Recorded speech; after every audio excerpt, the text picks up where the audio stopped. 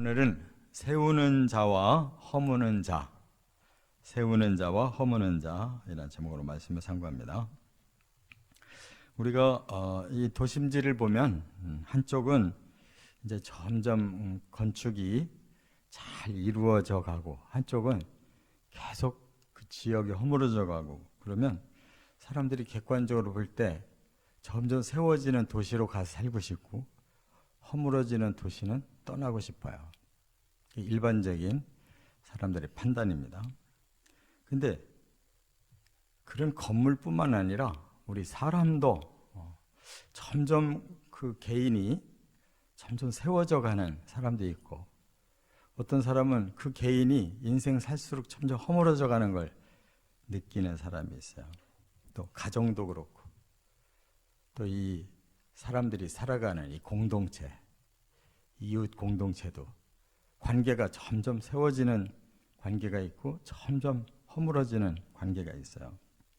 이것이 이 잠언에서는 아주 구체적인 그런 원리로 우리에게 교훈을 하고 계십니다. 그렇기 때문에 이 잠언을 읽으면 우리의 마음에 그냥 그대로 들어와요.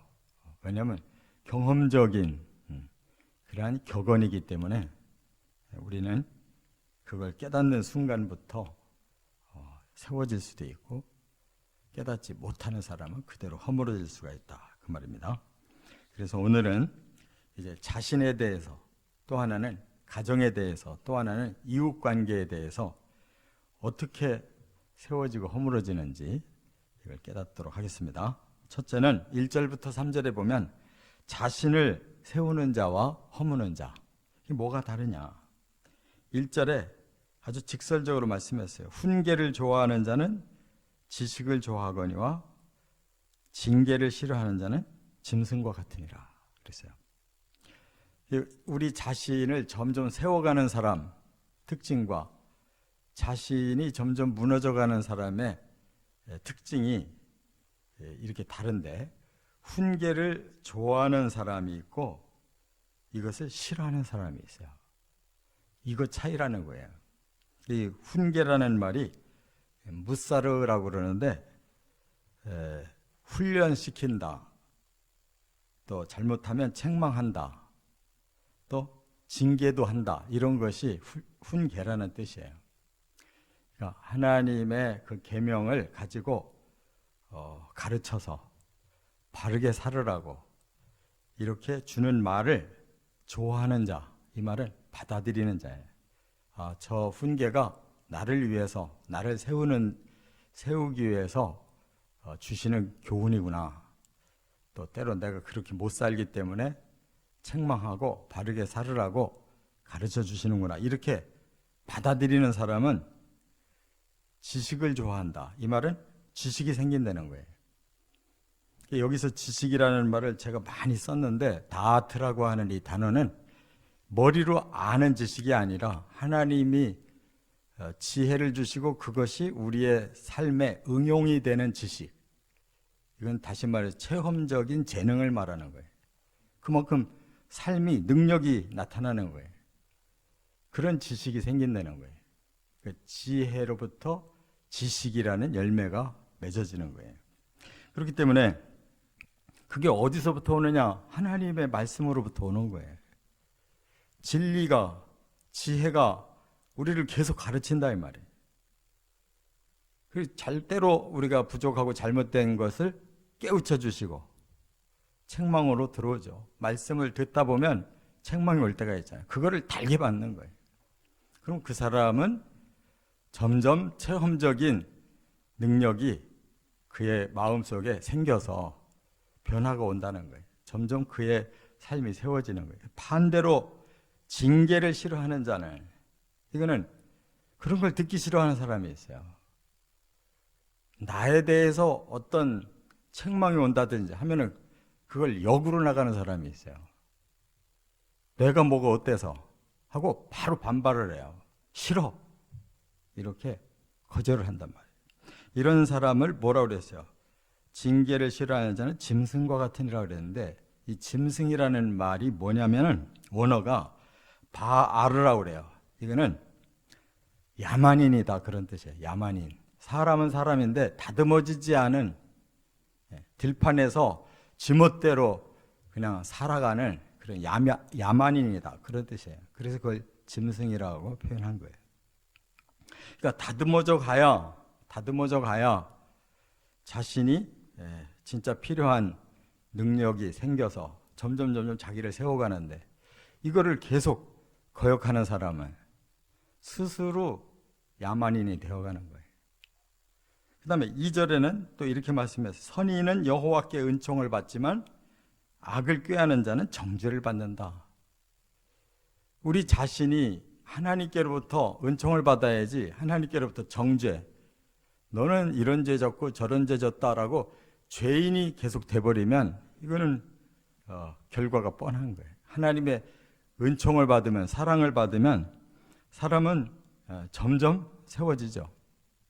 훌륭해지죠. 그러나 하나님께로부터 뭔가 정죄를 당한다, 이게 우리의 마음속에 죄의식이 생기고 괴롭고 두렵고 편치 않으면 그 사람은 그걸 알면서도 바꿀 생각을 안 하고 계속 살면 점점 개인이 이렇게 허물어져 가는 거예요. 또 3절에는 뭐라고 그랬냐면 의인의 뿌리는 움직이지 않는다.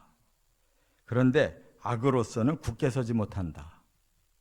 그러니까 의롭게 살으면 그의 삶이 점점 뿌리가 내려져서 아주 굳건해지는데, 악을 추구하고 살면 그 사람은 뿌리가 없어요. 그냥 쓰러지는 거예요. 굳게 설 수가 없다는 거예요. 그러니까 무너지는, 견고하게 세워지는 삶을 살아야 되는데 임기응변으로 사는 사람은 뿌리가 없어요. 그냥 팍팍 넘어지는 거예요. 이처럼 자신을 세우려면 하나님의 말씀을 반드시 열고 들으시고 그걸 좋아한다, 받아들이고 나를 변화시켜 나가야 세워가는 지식이 쌓일 줄 믿습니다. 두 번째는 가정을 세우는 자와 허무는 자가 있어요. 여기 4절과 7절에 교훈이 나오는데, 먼저 4절에 보면 어진 여인은 지아비의 면류관이다 그랬어요. 그런데 반대로 욕을 끼치는 여인은 지아비의 뼈가 썩음 같게 한다 그랬어요. 이걸 꼭 여인이라고 우리가 단정할 필요가 없어요. 성경에 보면 훌륭한 여인들도 많이 있어요. 그리고 여기서 어질다라고 하는 단어는 이 잠언 31장에 가보면 현숙하다라고 똑같은 단어가 나와요. 이게 하일이라는 단어인데, 근데 조금 번역이 약해요. 이 어질다, 현숙하다라는 말은 우리 동양적인 사상으로 해석을 해가지고 여자를 굉장히 마음씨가 고운 사람, 또 얌전한 사람, 이렇게 풀었어요. 이 어질다라는 거는 여성다운 그런 의미거든요. 근데 원어 하일은 그게 아니에요. 아주 담력도 있고 재능도 있고 그렇게 능력을 발휘하는 사람을 말하는 거예요. 잠언 31장 보시라고. 현숙한 여인 어떤 여자인가? 남편보다도 더 활발해요. 자식도 잘 기르고 뭐 사업도 잘하고 남편도 잘 섬기고 뭐 사람들에게 존경도 받고, 이런 여자를 보고 현숙한 여자라고 그랬잖아요. 근데 왜 단어를 현숙이라고 하냐고. 현숙은 어질 현자에 맑은 숙자야.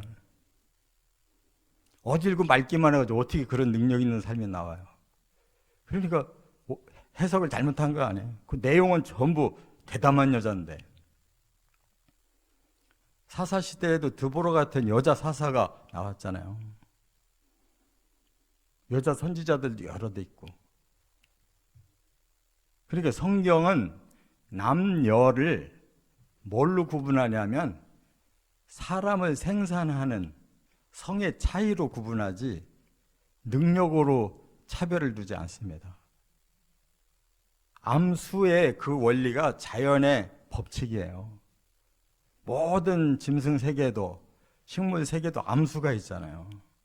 그와 같이 사람도 암수를 통해서 두 사람이 합해져서 사람을 생산해서 교육해서 하나님 백성을 만드는 아주 중요한 원리가 서로 차이가 있을 뿐이지 그 기능에 사람의 인격은 남녀든지 똑같아요. 능력 똑같고.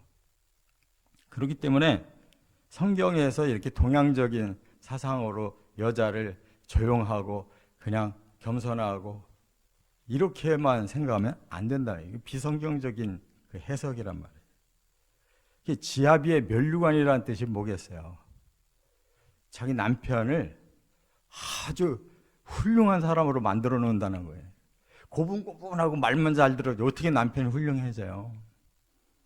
그게 잠언 31장에 그랬잖아요. 남편을 성읍의 높은 사람들과 함께 앉을 수 있게 만들어 놓는다는 그 여자가. 그거는 여자가 그만큼 대단하니까 남자가 그 후광으로 대단한 인물로 존경받더라 그 말이에요. 그러니까 사람은 가정을 세우는데 남녀가 필요 없어요. 똑같이 잘 해야지. 근데 반대로 욕을 끼치는 여인, 여기 욕을 끼친다라는 말은 부시라고 그래요, 원어가. 이거는 수치를 자꾸 끼친다는 거예요. 수욕을 자꾸 만들어낸다는 거예요. 그러니까 엉뚱한 짓 하고 아주 사람이 질이 나쁘고 이렇게 해서 그냥 망신살을 떠는 이런 사람을 말하는 거예요. 그러면 그 가정이 어떻게 되겠어요? 지아비의 뼈가 썩은 같게 된다. 뼈가 썩는다는 게 이게 가장 치명적인 괴로움과 그리고 상처를 말하는 거예요. 이렇게 만드는데 그 가정이 어떻게 세워지겠어요? 서로가 굉장히 존경심이 생길 정도고 뭔가 서로가 함께 손 맞잡고 일할 때 뭔가가 막 만들어질 수 있는 능력이 같이 있어야지. 계속 한쪽은 세우려고 그러는데 한쪽은 허물려고 그러면 그 가정이 되겠냐. 그래서 7절에 그랬어요. 의인의 집은 서 있고 악인은 엎드러져 소멸한다. 그 차이가 하나님께서는 의로우냐 악하냐로 본다 그 말이에요. 사람이 마음이 악하면 자꾸 허무는 짓을 하게 돼 있어요. 사람이 마음이 의로우면 하나님의 진리대로 살고 싶어 하는 사람은 자꾸 세우게 돼 있어요. 그러니까 자기가 타협하고 자꾸 악한 쪽으로 나가면 의가 쉽지 않다고 해서 자꾸 쉽게 편하게만 살려고 하면 사람의 본능대로 자꾸 나오니까 그게 점점 악해져요. 그런 사람은 스스로 엎어진단 말이에요. 끝으로 세 번째 5절과 6절, 8절 보면 이웃을 세우는 자와 허무는 자가 있어요. 누가 이웃을 세워주느냐? 여기 5절에 그랬어요. 의인의 생각은 정직하다. 그 다음에 6절에는 그걸 이어서 그 정직한 입은 사람을 구원한다. 이렇게 5절, 6절을 이어주고 있어요. 의로운 사람 특징이 뭐냐? 올곧게 사는 거예요. 정직하게, 바르게 살아요. 그런 사람 입으로는 다른 사람을 구원시켜요. 이게 의와 정직과 구원이 그 사람의 열매가 되는 거예요. 그 사람의 주변에는 자꾸 사람들이 살아나는 거예요. 근데 반대로 5절에 악인의 도모는 속임수를 쓰고 그 속임수를 쓰는 말은 6절에 악한 말이라고 그랬는데 다른 사람을 피 흘리게 한다는 거예요. 엿보고 피 흘리게 한다. 그러니까 자꾸 다른 사람을 자꾸 나쁘게 말하고 다른 사람이 망하게 만든다. 그러니까 그 근본이 어디서 나오느냐? 의와 악에서 나오는 거예요. 하나님을 향해서 의롭게 사는 사람, 행실이 정직하니까 그런 사람은 신뢰감이 있어서 다른 사람에게 계속 전도하면 그 사람이 또 구원받고 이렇게 늘어나는 거예요. 이웃이 구원받는 사람이 늘어나는 거예요. 근데 악한 사람은 마음이 악하니까 그냥 자기 욕망대로 살고 싶어서 술술술술 거짓말 해가면서 말하다 보면 다른 사람들 뒤엎어버리고 막 그 사람들에게 막 그런 거짓으로 사람을 중상모략하고 피 흘리게 만든다 그 말이에요. 그러니까 그런 사람 주변에는 그냥 많은 사람이 손해보고 많은 사람이 떠나는 거예요. 이게 점점 그 사람들은 비슷한 사람끼리 모이게 돼 있어요. 끼리끼리. 좋은 사람은 좋은 사람끼리 자꾸 모이고 나쁜 사람들은 나쁜 사람끼리 자꾸 모여요. 그래서 그 이웃관계를 보면 알아요. 그래서 8절에 그 결과가 이렇다는 거예요. 그 사람은 지혜대로 칭찬을 받고 그랬어요. 이게 바로 의인이에요. 의인이 하나님의 지혜대로 살았더니 결국 하나님 앞에도 사람에게도 칭찬이 돌아간다. 그 사람이 열매죠. 그런데 이렇게 악인이 도모해서 속이고 그런 말로 다른 사람을 엿봐서 무너뜨리고 망하게 하는 그런 사람의 마음은 굽은 마음이어서 멸시받는다. 자기가 남 망치려다가 자기가 망하는 거예요. 이게 5절, 6절, 8절에 이웃관계를 이렇게 말씀했어요. 여기 마음이 굽었다라는 게 성경에 지금 계속 나오는데요. 이 마음이 똑바로 펴진 사람, 이게 정직한 거고, 마음이 굽은 사람, 이게 사악한 거예요. 사악. 뭔가 올곧게 살으려고 안 하고 뭔가 자꾸 트릭을 쓰려고 하는 사람. 그게 라샤라고 그래요. 마음에서부터 모든 게 출발하는 거예요. 하나님을 경외하는 마음에 의가 생기고, 의로우면 올곧게 살고, 올곧게 말을 해주면 다른 사람을 전부 구원시키고 세워주는데, 하나님을 경외하는 마음이 없으면 자기 속에서 나오는 생각, 그게 악한 생각이잖아요. 그 악한 생각을 자꾸 입으로 쏟아내면 다른 사람 중상모략하고 다른 사람 피보게 만들고, 그래야 자기가 마치 이긴 것 같은데 결과적으로 그렇게 계속 했더니 자기가 멸시당하는, 망하는 결과가 오더라, 그 말이에요. 이처럼 우리는 잘 생각해 봐야 돼요. 나는 뭔가 나 자신과 가정과 다른 사람을 위해서 조금씩 세워가는 삶을 살고 있는지, 아니면 자꾸 뭔가 이렇게 허물면서 살고 있지 않는지 잘 자신을 생각해 보면 알아요. 선한 영향력이 나타나는지 악한 영향력이 나타나는지 안다는 말이에요. 이걸 잘 생각하고 스스로 변화되어 가시기를 주의 이름으로 축원합니다.